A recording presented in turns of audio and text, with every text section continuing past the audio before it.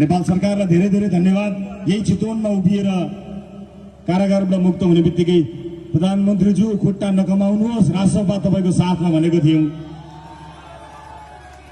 अनुहार उज्यालो पार्नुहोस् भनेको थियौँ। सबैले राम्रो काम गर्नुभयो। म नेपाल सरकार विशेष गरी सम्माननीय प्रधानमन्त्रीज्यूलाई धेरै धेरै धन्यवाद दिन चाहन्छु। आमालाई धन्यवाद।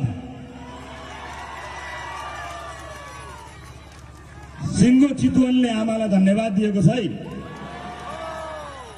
एक स्वरमा भनौँ, धन्यवाद आमा।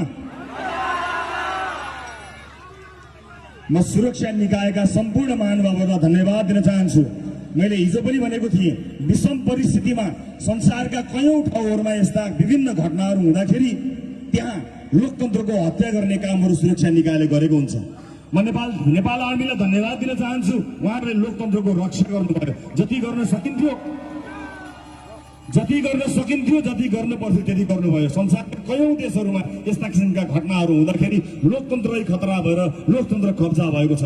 तर हाम्रो मुलुकको सुरक्षा निकायले अनि विशेष गरेर नेपाली सेनाले नेपालको लोकतन्त्रको सम्मान गरेको छ र आज यो अवस्थासम्म पुर्याएको छ। म सम्पूर्ण सेना परिवारलाई धन्यवाद दिन चाहन्छु। नेपाल प्रहरी, सशस्त्र प्रहरी लगायत सम्पूर्ण सुरक्षा निकायका महानुभावहरूलाई म धन्यवाद दिन चाहन्छु।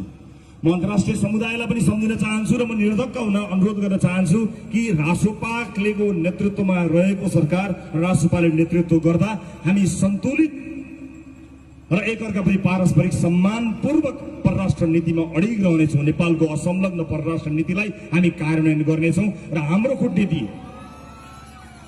अबको हाम्रो कूटनीति विकास कूटनीति हुनेछ। डेभलपमेन्ट डिप्लोमेसीमा राष्ट्रपाले विश्वास गर्नेछ।